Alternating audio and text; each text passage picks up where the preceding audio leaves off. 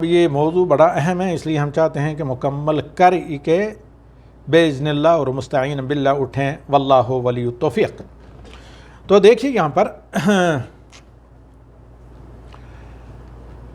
نماز عید کے لیے شرط کیا ہے؟ کنڈیشن مینس یہ کہ اگر یہ چیز نہ پائی گئی تو نماز عید ہی نہیں ہوگی۔ تو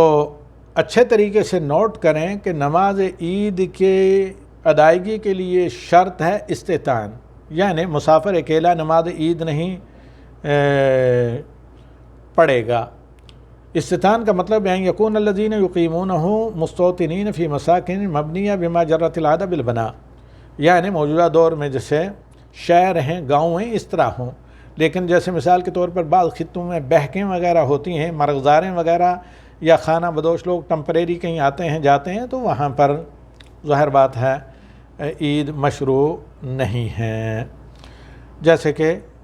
جمعہ کی نماز کے لیے شرط ہے۔ تو لہذا نماز عید وہاں ہی ادا کرنا مشروع ہے جہاں پر جمعہ کی نماز مشروع ہے، کیونکہ نبی صلی اللہ علیہ وسلم کے حج میں عید، یعنی جب نبی صلی اللہ علیہ وسلم مینا میں تھے، آپ کے حجۃ الوداع میں عید آئی، لیکن نبی صلی اللہ علیہ وسلم نے عید نہیں پڑھی۔ اسی طرح آپ کے بعد آپ کے خلفاء نے۔ نمبر 2، نماز عید کی رکعت۔ جہاں تک نماز عید کی رکعت کا تعلق ہے، خطبے سے پہلے 2 رکعت نماز پڑھی جائیں گی۔ ابن عمر رضی اللہ تعالیٰ عنہ کہتے ہیں کان رسول اللہ صلی اللہ علیہ وسلم و ابو بکر و عمر و عثمان یصلون العیدین قبل الخطبہ، کہ نبی صلی اللہ علیہ وسلم اور خلفاء راشدین سب کے سب خطبہ تقریر سے پہلے عید کی نماز پڑھا کرتے تھے۔ یہ روایت صحیح بخاری و مسلم میں ہے، جسے متفق علیہ کہا جاتا ہے، اور یہی سنت نبوی خیر القرون میں جاری رہی اور عام اہل علم کا اسی پر عمل اور فتویٰ رہا۔ امام ترمذی فرماتے ہیں والعمل علیہ عند اہل علم من اصحاب النبی صلی اللہ علیہ وسلم وغیرہم، اہل علم کا اسی پر عمل رہا ہے، صحابہ اور صحابہ کے بعد بھی، کہ خطبے سے پہلے عیدین کی نماز پڑھی جائے گی۔ اور خطبہ نماز عید سے مؤخر کرنے میں حکمت یہ ہے، جبکہ جمعہ میں خطبہ پہلے دیا جاتا ہے، کیونکہ جمعہ کا خطبہ نماز جمعہ کے لیے شرط ہے اور شرط مشروط پر مقدم ہوتی ہیں، بخلاف خطبہ عید کہ یہ جو ہے شرط نہیں بلکہ سنت ہے۔ آپ خطبہ سنے بغیر بھی جا سکتے ہیں، لیکن بہتر ہے کہ سن کر جائیں۔ نماز عید 2 رکعت ہیں با اجماع اہل اسلام۔ صحیحین وغیرہ میں ابن عباس رضی اللہ تعالیٰ عنہ سے مروی ہے کہ نبی صلی اللہ علیہ وسلم عید الفطر کے دن عیدگاہ گئے، 2 رکعت نماز پڑھی، نہ پہلے نفل پڑھے نہ بعد میں پڑھے۔ حضرت عمر رضی اللہ تعالیٰ عنہ فرماتے ہیں عید الفطر اور عید الاضحیٰ 2 رکعت ہیں، یہ اتنی ہیں غیر قصر، یعنی مشروع 2 رکعت ہیں، تمہارے نبی کی زبانی تم پر یہ مشروع کی گئی، مسنون کی گئی۔ وقد خاب من افترا، اور جس نے اس کے علاوہ کچھ کہا وہ ناکام ہوا اور جھوٹا ہوا۔ اسے احمد وغیرہ نے روایت کیا ہے، یعنی مسند امام احمد میں۔ اور اس کے بعد والا جو سب ٹاپک ہے وہ ہے اذان و اقامت نماز عید کے تعلق سے۔ عیدین کی نماز کے لیے اذان و اقامت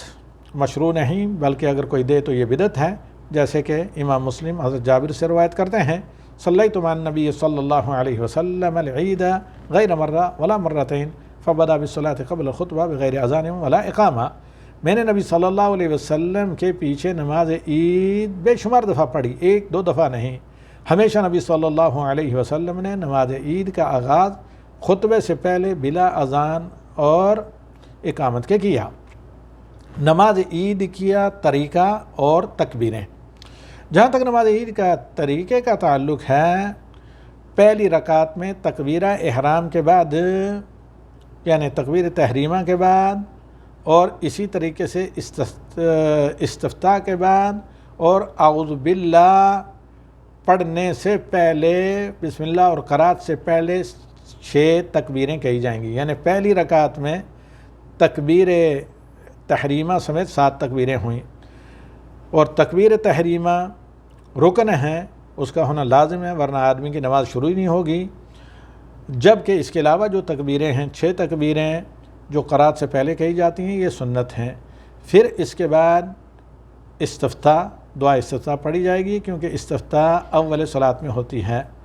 اور پھر استفتاح کے بعد 6 زائد تکبیریں امام کہے گا، پھر اعوذ باللہ پڑھے گا 6ویں تکبیر کے بعد، کیونکہ تعوذ قرات کے لیے ہوتی ہے، لہذا یہ فاتحہ پڑھنے سے پہلے پڑھی جائے گی، پھر بسم اللہ پڑھ کر سورہ فاتحہ پڑھی جائے گی۔ دوسری رکعت میں قرات سے پہلے 5 تکبیریں غیر تکبیرۃ الانتقال۔ ایک تو تکبیر ہے کہ جو دوسری رکعت کے لیے اٹھتے وقت آپ کہیں گے پہلی رکعت مکمل کر کے، اس کے علاوہ 5 تکبیریں، یعنی دوسری میں 6 تکبیریں تکبیرۃ الانتقال سمیت، اور بلا تکبیرۃ الانتقال کے 5 تکبیریں کہی جائیں گی، بلکہ بعض اہل علم کے نزدیک ہے کہ دوسری میں بھی 6 تکبیریں کہی جائیں گی تکبیر انتقال کو چھوڑ کر، اس سمیت 7 ہو جاتی ہیں۔ تو زیادہ صحیح معلوم ہوتا ہے واللہ عالم کہ ٹوٹل 12 تکبیریں، اور دوسری میں تکبیرۃ الانتقال کو چھوڑ کر 5 تکبیریں کہی جائیں گی، جیسے کہ احمد نے عمر بن شعیب سے روایت کیا ہے کہ ان نبی صلی اللہ علیہ وسلم کبر فی عید سنتا 10 رکعہ، کہ نبی صلی اللہ علیہ وسلم نے 12 تکبیریں کہیں عیدین میں، پہلی میں 7 اور دوسری میں 5، اور اس کی حسن سند ہے۔ اور اس کے علاوہ بھی روایت کیا گیا ہے تکبیروں کی تعداد کے بارے میں، اور لیکن یہ 12 تکبیر واللہ عالم جو راجح معلوم ہوتا ہے وہ تکبیرۃ الانتقال اور تکبیر تحریمہ کو چھوڑ کر 12 ہیں، ان دونوں کو ملا کر 14 ہو جاتی ہیں، واللہ عالم بالصواب۔ امام احمد رحمہ اللہ کہتے ہیں کہ نبی صلی اللہ علیہ وسلم کے صحابہ کے درمیان میں اس سلسلے میں اختلاف رہا ہے، اختلاف صحابہ کا علمی تھا، مخالفت نہیں۔ آج کل مصیبت یہ ہے کہ اختلاف نہیں ہوتا، مخالفت ہوتی ہے تکبیر میں، اور تمام کی تمام جائز ہیں، کم یا زیادہ ہے، کیونکہ سنت ہیں، اس پر جھگڑا وغیرہ نہ کریں۔ اور ہر تکبیر کے ساتھ رفع الیدین کے لیے ہاتھ اٹھایا جائے گا، کیونکہ نبی صلی اللہ علیہ وسلم تکبیرات کے ساتھ اپنے ہاتھوں سے رفع الیدین کرتے تھے، اور مسنون ہے کہ ہر 2 تکبیروں کے درمیان میں اللہ اکبر کبیرہ کہا جائے، والحمدللہ کثیرہ کہا جائے، سبحان اللہ بکرۃ واصیلہ کہا جائے، وصلی اللہ علی محمد النبی وعلی آلہ وسلم تسلیما کثیرا۔ عقبہ بن عامر کی روایت کی روشنی میں سألت ابن مسعود عما یقول بعد تکبیرات العید، میں نے ابن مسعود سے کہا کہ عید کی تکبیروں کے بعد، تکبیرات عید کے بعد آپ کیا کہتے ہیں؟ قال یحمد اللہ ویثنی علیہ، اللہ کی حمد بیان کرتے ہیں، اللہ کی ثنا بیان کرتے ہیں، اور نبی صلی اللہ علیہ وسلم پر صلاۃ و سلام بھیجتے ہیں۔ امام بہقی نے اپنی سند سے ابن مسعود سے روایت کیا ہے قولاً و فعلاً، اور حذیفہ نے کہا کہ صدق ابو عبد الرحمن، یعنی ابو عبد الرحمن ابن مسعود نے سچ کہا، اور ایسی باتیں صحابہ بلا کسی ثبوت کے نہیں کہا کرتے تھے، کیونکہ ان کا تعلق عبادات سے ہے۔ وَإِنْ أَتَى بِذِكْرِ غَيْرِ هَذَا فَلَا بَأْسَ لِأَنَّهُ لَيْسَ فِي ذِكْرٌ مُعَيَّنٌ، اور اس کے علاوہ بھی اگر 2 تکبیروں کے مابین کوئی بھی ذکر کہے تو بہتر ہے، مشروع ہے، کیونکہ اس میں کوئی مخصوص ذکر نہیں۔ امام ابن القیم، حافظ ابن القیم فرماتے ہیں كان يسقط بين كل تكبيرتين سكتة يسيرة ولم يحفظ عنه ذکر معین بین تکبیرات، نبی صلی اللہ علیہ وسلم ہر 2 تکبیروں کے درمیان میں تھوڑی دیر خاموش رہتے ہیں، اور کوئی معین یا مخصوص ذکر نبی صلی اللہ علیہ وسلم سے محفوظ نہیں، یعنی ثابت نہیں ہے عید کی زائد تکبیروں کے مابین۔ اور اگر آدمی کو شک ہو تکبیروں کی تعداد میں، جیسے طواف کے شوط وغیرہ میں، رکعات میں بھی کبھی شک ہوتا ہے، تو یقین پر بنا کرے، وہو العقل۔ یقین کا مطلب اگر آدمی کو شک ہو کہ میں نے 6 تکبیریں کہی ہیں یا 5، تو ان کو 5 تسلیم کر کے 5 مان کر ایک اور اضافی تکبیر کہے گا۔ اور اگر زائد تکبیر بھول جائے، صرف تکبیر تحریمہ کہہ کر امام قرات شروع کر دے، تو تکبیریں ساقط ہو جائیں گی، کیونکہ سنت ہے، اور سنت کا محل فوت ہو جائے تو کوئی فائدہ نہیں لوٹانے کا۔ اسی طرح اگر ماموم مقتدی امام کو قرات شروع کرنے کے بعد عید کی نماز میں پائے، یعنی امام کے ساتھ اس وقت ملے جب تکبیروں کے بعد فاتحہ امام شروع کر چکا تھا، تو لہذا مقتدی زائد تکبیرات اپنے طور پر نہیں کہے گا، اور اگر امام کو رکوع کی حالت میں پائے مقتدی مرد ہو یا عورت تو وہ تکبیر تحریمہ کہہ کر سیدھے رکوع میں چلے جائیں گے، اپنے آپ کو ان تکبیروں کے قضا میں مصروف نہیں کریں گے۔ واضح رہے کہ عید کی نماز 2 رکعت ہیں، امام ان میں قرات بلند آواز سے پڑھے گا، جہرن پڑھے گا، جیسے کہ ابن عمر فرماتے ہیں کان النبی صلی اللہ علیہ وسلم یجہر بالقرات فی العیدین والاستسقاء، رواہ الدارقطنی، کہ نبی صلی اللہ علیہ وسلم عیدین اور صلاۃ استسقاء میں بلند آواز سے قرات کرتے، جسے دارقطنی نے روایت کیا ہے، جو محدثین کے سلسلے کی آخری کڑی ہیں تقریباً۔ علماء کا اس بات پر اجماع ہے اور سلف سے خلف نے اسے نقل کیا ہے، اور مسلمان اسی پر مستمر رہے ہیں۔ پہلی رکعت میں فاتحہ کے بعد مسنون سبح اسم ربک الاعلی جمعہ کی طرح پڑھنا، اور دوسری رکعت میں سورہ غاشیہ پڑھا کرتے تھے نبی صلی اللہ علیہ وسلم، یہی مسنون ہے کہ سمرہ بن جندب کہتے ہیں کہ ان نبی صلی اللہ علیہ وسلم کان یقرأ فی العیدین بسبح اسم ربک الاعلی وہل اتاک حدیث الغاشیہ۔ اسے امام احمد نے مسند میں روایت کیا کہ نبی صلی اللہ علیہ وسلم عیدین میں سبح اسم ربک الاعلی سورہ اعلیٰ اور ہل اتاک حدیث الغاشیہ پڑھا کرتے تھے۔ یا پہلی رکعت میں قواف پڑھے اور دوسری میں اقتربت الساعۃ یعنی سورہ قمر، جیسے کہ صحیح مسلم اور سنن وغیرہ میں ہے انہ صلی اللہ علیہ وسلم کان یقرأ بقاف واقتربت، کہ نبی صلی اللہ علیہ وسلم سورہ قاف، کاف نہیں قاف، اور اقتربت الساعہ پڑھا کرتے تھے۔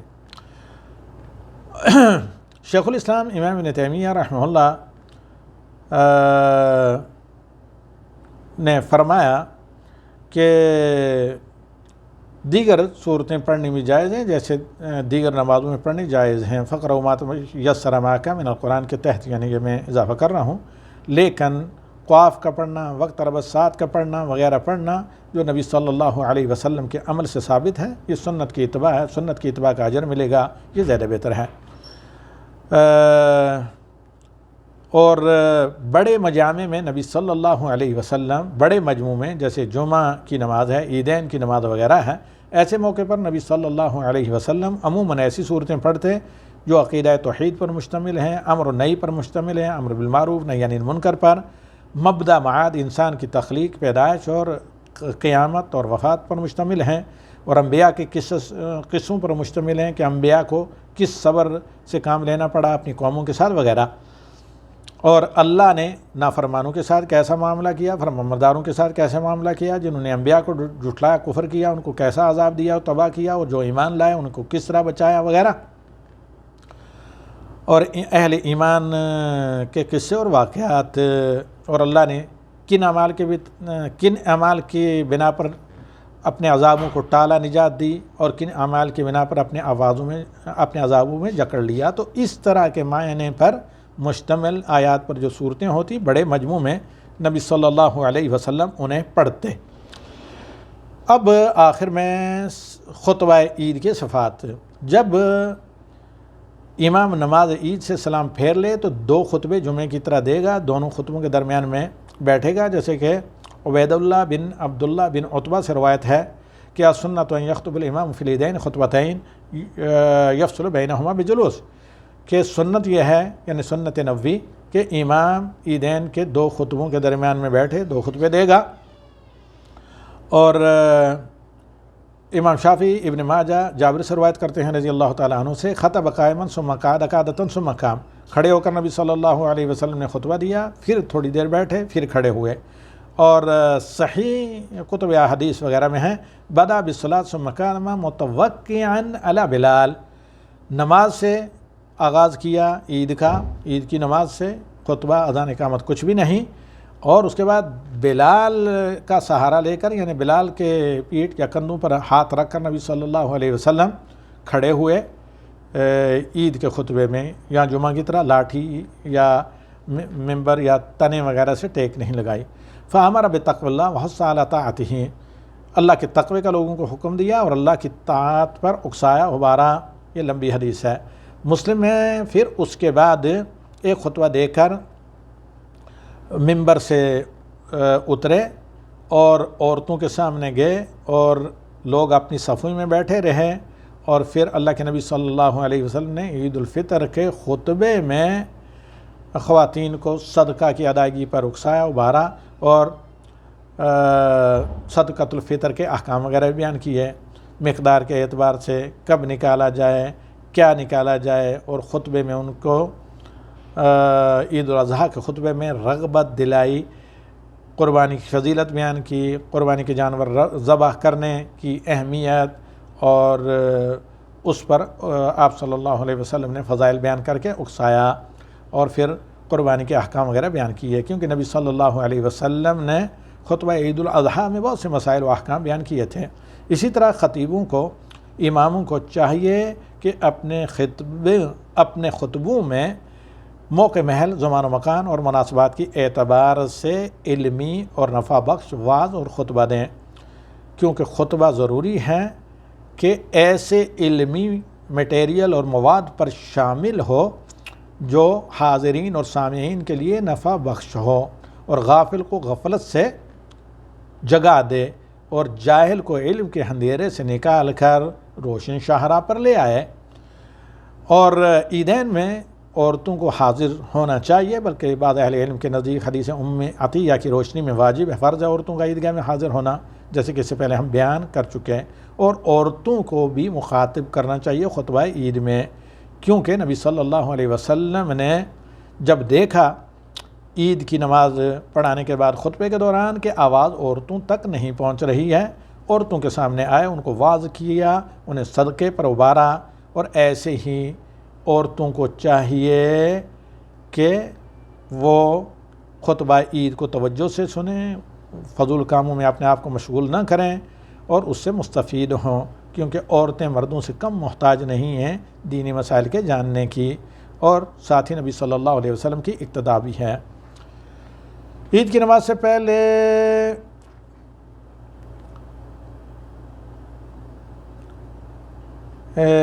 نفل وغیرہ پڑھنا آپ کو پتہ ہے کہ جائز نہیں ہے، ثابت نہیں ہے۔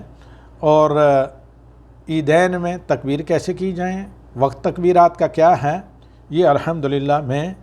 بتا چکا ہوں شروع میں، اور صرف مختصراً دوبارہ میں یہاں دہرا دیتا ہوں، یہ موضوع ذرا قدر طویل ہو گیا ہے، یاد دہانی کے لیے مسک الختام کے تحت دوبارہ ہم آپ کے سامنے عیدین کی تکبیر کو ریپیٹ کر دیتے ہیں۔ عیدین میں تکبیر مطلق مشروع ہے۔ تکبیر مطلق کا مطلب کہ جس کا کوئی وقت مقرر نہیں،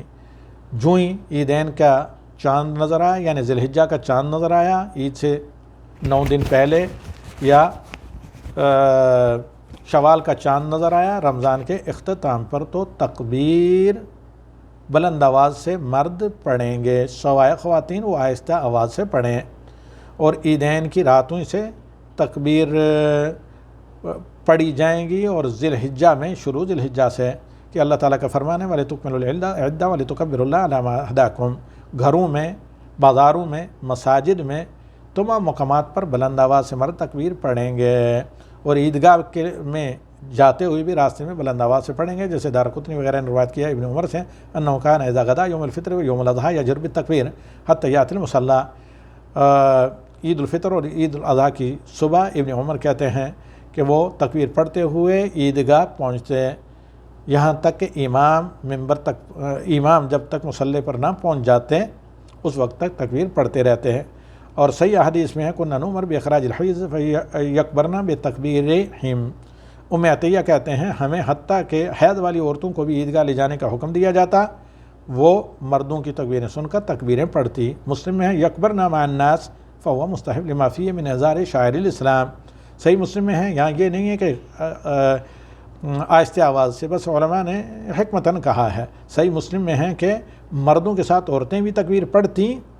اور یہ عورتوں کے لیے مستحب ہے تاکہ اسلام کے شاعر کا اظہار ہو، اسلام کا بول بالا ہو۔ اور عید الفطر میں تکبیروں کی زیادہ تاکید آئی ہے، جیسے کہ اللہ تعالیٰ کا فرمان ہے سورہ بقرہ میں روزوں کی فرضیت کے حکم کے بعد وَلِتُكْمِلُوا الْعِدَّةَ وَلِتُكَبِّرُوا اللَّهَ عَلَىٰ مَا هَدَاكُمْ۔ رمضان کے روزوں کی تعداد پوری کریں اور اللہ کی بڑائی و تکبیر بیان کریں جیسے کہ اللہ نے تمہیں بتایا ہے، کیونکہ اللہ نے عید الفطر کی تکبیروں کا خصوصیت کے ساتھ حکم دیا ہے۔ اور عید الاضحیٰ میں تکبیر مقید کی مشروعیت اللہ کے نبی صلی اللہ علیہ وسلم سے ثابت ہے، اور وہ یہ کہ ہر نماز کے بعد، نماز سے جب امام سلام پھیرے تو تکبیریں پڑھی جائیں نماز جماعت کے اختتام پر۔ امام مقتدیوں کی طرف چہرہ کہے گا اور تکبیریں پڑھے گا، اور مقتدی بھی تکبیر پڑھیں گے، جیسے کہ امام دارقطنی، ابن ابی شیبہ وغیرہ نے روایت کیا ہے جابر رضی اللہ تعالیٰ عنہ سے انہ کان صلی اللہ علیہ وسلم اذا صلی صبح من غدات عرفہ، کہ نبی صلی اللہ علیہ وسلم جب فجر کی نماز پڑھتے عرفہ کی صبح تو کہتے ہیں اللہ اکبر آخر تک احادیث۔ اور تکبیر مقید نمازوں کے بعد غیر محرم جو لوگ ہیں، یعنی عشرہ ذی الحجہ میں جو حج کا یا احرام باندھ کر نہیں گئے ہیں، جو حاجی لوگ نہیں ہیں، وہ فجر کی نماز 9ویں ذی الحجہ سے فجر کی نماز کے بعد سے لے کر 13ویں کی عصر کی نماز تک پڑھیں گے۔ جو محرم لوگ ہیں وہ تکبیر مقید ان کے حق میں یہ ہے کہ نماز ظہر کے بعد سے لے کر یوم النحر کو، مقید مطلق تو ہر وقت ہے، عید کے دن نماز ظہر کے بعد سے شروع کریں گے یہاں تک کہ آخر ایام تشریق تک، قبل اس کے کہ لوگ تلبیات کے ساتھ مشغول ہوں۔ ہاں، اس سے پہلے لوگ تلبیہ پڑھتے رہیں گے۔ امام دارقطنی نے حضرت جابر سے روایت کیا ہے کہ نبی صلی اللہ علیہ وسلم فجر کی نماز میں عرفہ کے دن سے لے کر نماز عصر آخر ایام تشریق تک تکبیر پڑھتے جب فرض نمازوں سے سلام پھیرتے، اور ایک لفظ میں کان اذا صلی صبح من غدات عرفہ اقبل علی اصحابہ فیقول،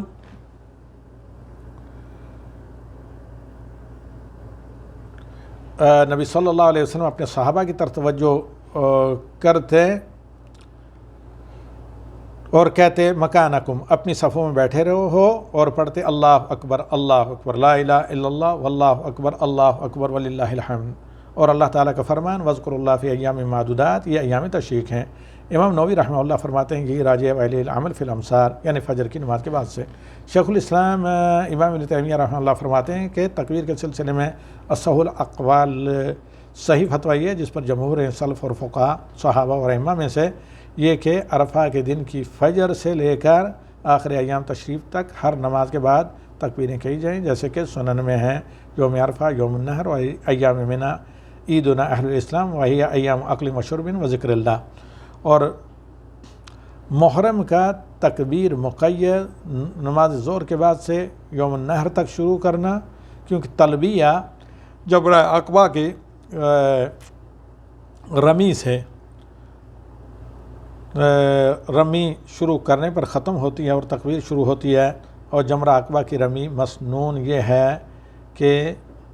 عید کے دن ظہر کے وقت سے کی جائے، اور محرم اس وقت محل کی طرح ہوتا ہے، اور اگر جمرہ عقبہ فجر سے پہلے اس کی رمی کرے گا تو تکبیر سے اس وقت تکبیر نہیں پڑھے گا بلکہ نماز ظہر کے بعد تکبیر پڑھے گا، غالب پر عمل کرتے ہوئے۔ تکبیر کے کلمات یہ ہیں اللہ اکبر لا الہ الا اللہ واللہ اکبر وللہ الحمد۔ اور اسی طرح عید کی نماز کے بعد آپس میں عرف کے مطابق تہنیت دینے میں کوئی حرج نہیں، بہن یا کو یعنی دوسروں کو کہے تقبل اللہ منا ومنک۔ شیخ الاسلام ابن تیمیہ فرماتے ہیں نبی صلی اللہ علیہ وسلم کے صحابہ میں سے ایک بڑی جماعت سے روایت کیا گیا ہے کہ انہم کانوا یفعلونہ ورخص فیہ الائمہ کاہمن وغیرہم، کہ صحابہ آپس میں عید کی نماز کے بعد ایک دوسرے کو مبارکباد دیتے، اور اہل علم نے اس میں رخصت دی ہے۔ تہنیت سے مقصد تودد ہے، باہمی محبت کا تبادلہ اور تحیہ سلام کا تبادلہ اور خوشی کا اظہار۔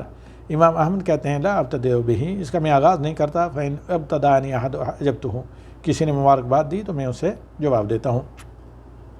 کیونکہ تحیہ یا سلام کا جواب واجب ہے۔ ابتدا بالتہنیہ معمور بہا سنت نہیں ہے، لیکن جیسے کہ صحابہ کا عمل ہے تو مشروع ہے، واللہ اعلم بالصواب۔ اور اس سے چونکہ منع بھی نہیں کیا گیا اور مصافحہ کرنے میں تہنیت میں کوئی حرج بھی نہیں ہے۔ اس کے بعد چند آداب ہیں، ان کا انشاءاللہ ہم کسی اور موقع پر ذکر کرنا چاہتے تھے، لیکن چونکہ اب چل رہا ہے سلسلہ تو بہتر ہے کہ اسے میں مکمل کر دوں، خواہ آدھے گھنٹے پر یہ ایپیسوڈ کیوں نہ چلا جائے۔ ان آداب میں سے یہ ہے کہ نماز عید کے لیے غسل کر کے اور اچھے کپڑے پہن کر آدمی تیار ہو، جیسے امام احمد نے مکہ امام مالک نے موطا میں ذکر کیا ہے، اور باقی دیگر آداب اس سے پہلے میں تفصیلاً الحمدللہ ذکر کر چکا ہوں۔ عید الفطر میں کھا کر کچھ کھجوریں تاک جائے، عید الاضحیٰ میں بلا کھایا جائے، بعد میں آ کر قربانی کے گوشت سے ناشتہ کرے یا افطار کرے، اور پیدل چل کر نماز عید کے لیے جانا زیادہ بہتر ہے۔ عورتوں کا نماز عید کے لیے جانا نبی صلی اللہ علیہ وسلم نے اس کا حکم دیا ہے، اور اسی طرح راستہ بدل کر ایک راستے سے جانا دوسرے راستے سے آنا، جیسے کہ حدیث جابر میں ہے صحیح بخاری میں، کان نبی صلی اللہ علیہ وسلم اذا کان یوم العید خالف الطریق۔ نمبر 6، نماز عید طلوع شمس کے بعد اشراق کی نماز کا جو وقت ہوتا ہے، یعنی آفتاب طلوع ہونے کے 15 منٹ کے بعد تقریباً شروع کی جائے، اس سے پہلے نہیں، بلا اذان و اقامت،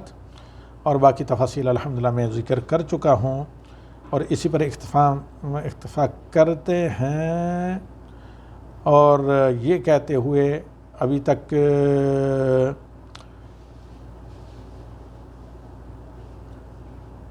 کہ عید کا دن خوشی کا دن ہے، جائز کھیل کود میں کوئی حرج نہیں ہے، فضولیات سے آدمی بچے، اور آخر میں 11ویں نمبر پر شرعی مخالفات سے عید کے دن بھی بچا جائے، جیسے بہت سے لوگ شرعی مخالفات میں یعنی حرام کا ارتکاب کرتے ہیں، جیسے اسبال، ٹخنوں سے نیچے کپڑے پہننا، داڑھی کو مونڈنا، اور گانا بجانا، نظر محرم، اور بے پردگی وغیرہ، مردوں کے ساتھ اختلاط، اور دیگر اس طرح کی مختلط اور مکس گیدرنگ وغیرہ، اور مختلف اس پر کارنیج اور جس کو کہتے ہیں بیچ وغیرہ، ایسی جگہوں پر جہاں اورگیانیت ہو، اختلاط ہو، ایسی جگہوں پر جانا، اور اسی طرح جو شرعی آداب و اخلاق کے خلاف کام ہیں، خوشی آپ کریں لیکن شریعت محمدی کے حدود کے اندر رہ کر اللہ کی بندگی کرتے ہوئے، جس میں آپ کو اجر بھی ملے، نہ کہ اللہ کی نافرمانی کر کے۔ کل خیر فی اتباع من سلف وکل شر فی ابتداء من خلف۔ اللہ تعالیٰ سے دعا ہے کہ اللہم اجعلنا مخلصین لک و متبعین لرسولک و واصلین بالاقارب و بارین بالوالدین و آمرین بالمعروف والنہین عن المنکر الخیرین المخیرین یا رب العالمین، وصلی اللہ علی النبی الامین، وآخر دعوانا الحمد للہ رب العالمین۔ اقول قولی ھذا واستغفر اللہ لی ولکم ولسائر المسلمین، وصلی اللہ علی النبی الامین۔